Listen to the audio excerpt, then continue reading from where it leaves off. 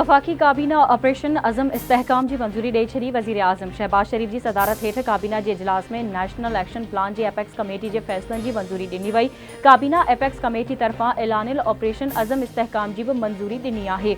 वज़ीर आज़म जो चवण है अज़म इस्तेहकाम ऑपरेशन जो मकसद दहशतगर्दन की बाक़ियात जो खात्मो है। ऑपरेशन अज़म इस्तेहकाम बाबत गलत ॻाल्हियूं कयूं पियूं वञनि, पर वाज़े करियां त ही ऑपरेशन ॿियनि ऑपरेशन वांगर नाहे। ही इंटेलिजेंस बुनियादनि ते ऑपरेशन हूंदो जंहिंमें कंहिंखे किथे मुंतकिल न कयो वेंदो। ही ऑपरेशन नेशनल एक्शन प्लान जो तसलसल है ऐं उनखे अॻिते खणी हलणो आहे। अज़म इस्तेहकाम ऑपरेशन में आवाम के कंहिं क़िस्म की तकलीफ़ के मुंहुं ॾियणो न पवंदो।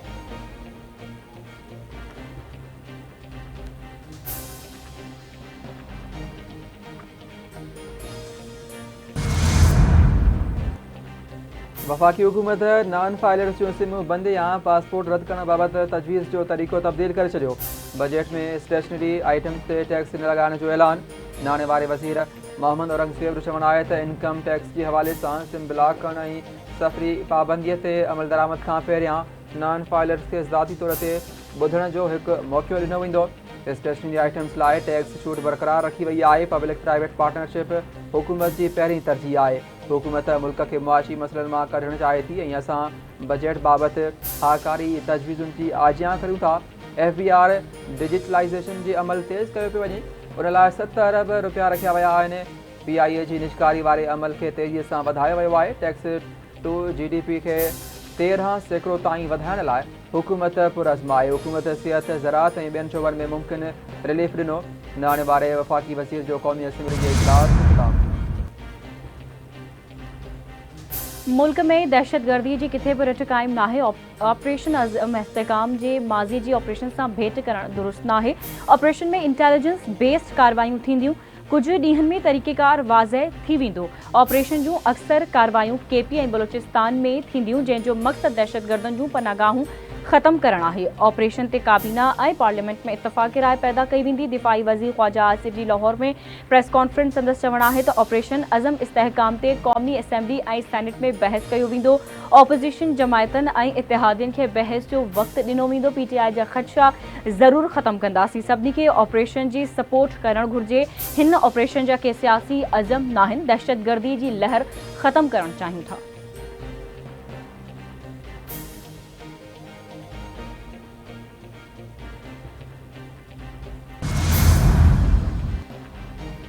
मिसाक़े मईशत खां सवाइ मुल्क जा बुनियादी मुआशी मसइला हल नथा थी सघनि। वज़ीर आज़म मिसाक़े जमहूरियत की ॻाल्हि कई। अवाम खे सियासी इशूज़ सां दिलचस्पी नाहे, मुआशी बहरान सां आहे। अवामी मसइला हल करियो। अपोज़िशन खे भी घुरिजे त असांजो साथ ॾिए। मुख़ालिफ़ धुर एहतजाज बदिरां पंहिंजूं तजवीज़ूं पेश करे। अपोज़िशन जूं तजवीज़ूं बजट में शामिल करणु सियासी ऐं मुआशी सोभ हूंदी। बाजवा डॉक्ट्राइन मां 18वीं तरमीम ऐं बेनज़ीर इनकम सपोर्ट प्रोग्राम के ख़तरो हो। असांखे BISP के आइनी तहफ़्फ़ुज़ ॾियणो आहे त जीअं का साज़िश कामयाब न थिए।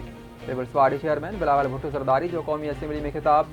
संदसि चवणु आहे त नेब ऐं मईशत गॾु नथी हली सघे। असांजे मंसूर में आहे त नेब खे ख़त्म करणो आहे।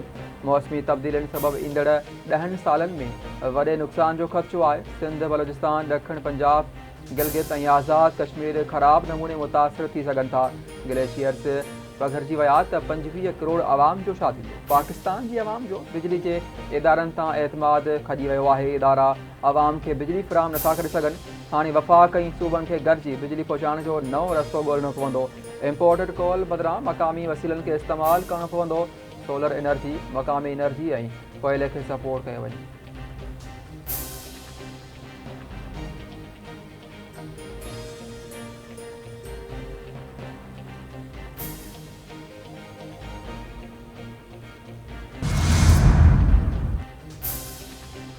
कबीलाई तकरारनि जे ख़ात्मे लाइ कबीलाई सरदारनि सां राब्ता कया वेंदा। जिथे ज़रूरत हूंदी उते सरदारनि जी ख़िदमतूं बि वरतियूं वेंदियूं।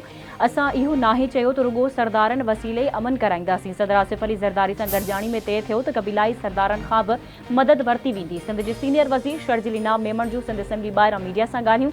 संदसि चवणु आहे त वफ़ाक़ी हुकूमत ॾोहारियुनि ख़िलाफ़ ऑपरेशन कंदी त सिंध हुकूमत साथ ॾींदी। कच्चे में ऑपरेशन लाइ पुलिस खे जदीद हथियार फ़राहम करे रहिया आहियूं। सूबे में मुनशियात फ़रोशनि ख़िलाफ़ क्रैकडाउन जारी आहे। जुलाई खां स्कूलनि में ॿारनि जी स्क्रीनिंग कई वेंदी।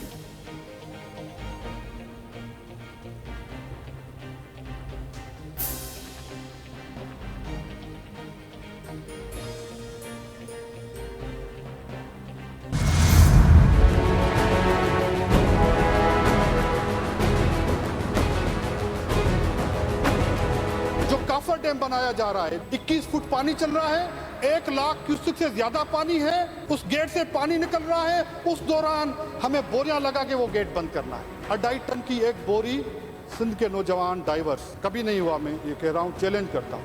वो काफर डैम इंशाल्लाह ताला 3 दिन के अंदर हम कंप्लीट करेंगे। 50% से काम पूरा हो चुका है। लेकिन यहाँ पे तनकीद करने वाले ये नहीं थे। वो गेट 47 इमरजेंसी की बुनियाद के ऊपर ये शिपयार्ड में हम गेट बना रहे हैं। इन्होंने हमें 20 जुलाई की डेट दी है।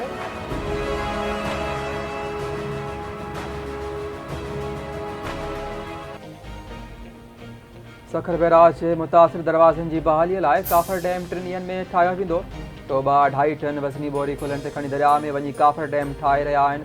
मुतासिर दरवाज़नि खे काफर डैम सां बंदि करे केनालनि में पाणी छोड़ कंदासीं। काफर डैम जून में न पर नवंबर ऐं दिसंबर में ठहंदो आहे, जॾहिं पाणी न हूंदो आहे।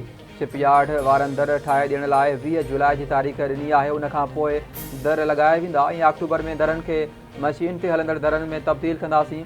आबाशी वारे वसीर जाम खान शोर जी सिंध असेंबलीअ में नक्शनि, वीडियोज़, तस्वीरुनि ऐं ग्राफिक्स वसीले ब्रीफिंग संदसि चवणु आहे त सखर बैराज जा 2 दरवाज़ा 44 ऐं 47 उन वक़्तु मुतासिर थिया जॾहिं बैराज में 1 लख क्यूसिक पाणी हो। 2022 वारी बोर्ड में 4 तरबेला चेडी बोर्ड खे मोह ॾिनो। पीपल्स पार्टी हुकूमत माण्हुनि खे मायूस न कंदी। दरवाज़नि खे ठाहियो वेंदो। पंगरे वारो पाणीअ जो कुदरती लंघ बहाल कयो वियो।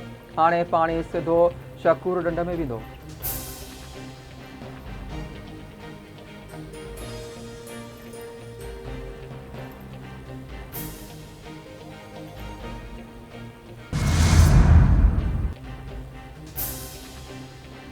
सखर बैराज जे 2 दरवाज़नि जे टुटण वारो मामलो गेट नंबर 47 खे ठीकु करण लाइ हिकु भेरो ॿीहर हिकमत अमली तब्दील आरज़ी गेट खे गेट नंबर 47 ताईं पहुचाइण लाइ अपस्ट्रीम खे ॿीहर भरण जो फ़ैसिलो।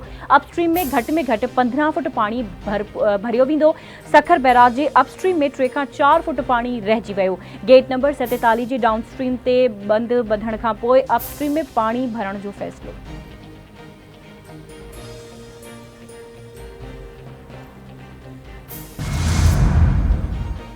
ऐं कराची में ॿारनि जे दिलि में सुराख वारी बीमारी जे इलाज लाइ अस्पताल खोले रहिया आहियूं ऐं सिहत खाते जे 40 रिथाउनि लाइ फंड्स बि रखिया आहिनि। कराची जे पुठिते पहिरें इलाइक़नि में रिंग ऑफ फैसिलिटीज़ मनसूबो शुरू कयो पियो वञे।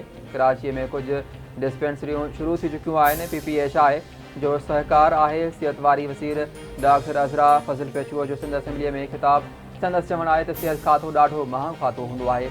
मशीनरी ऐं सर्विसिस ते घणी लागत अचे थी। निजी शोबे जूं अस्पतालूं बि मुनाफ़ो कमाए न पियूं सघनि। कोशिशि आहे त हैदराबाद में वॾो सान्यो थियो, जंहिंते अफ़सोस आहे असां वंस वार्ड हैदराबाद खे ॾिनो हो, उहो बि न हलाए सघियासीं। कोशिशि आहे हैदराबाद में अहिड़ो वंस वार्ड ठाहियो जंहिंजो पहिरियों एशआर हुजे। असांजी कोशिशि हूंदी त कराची हैदराबाद जी अस्पतालुनि खे बहितर करियूं।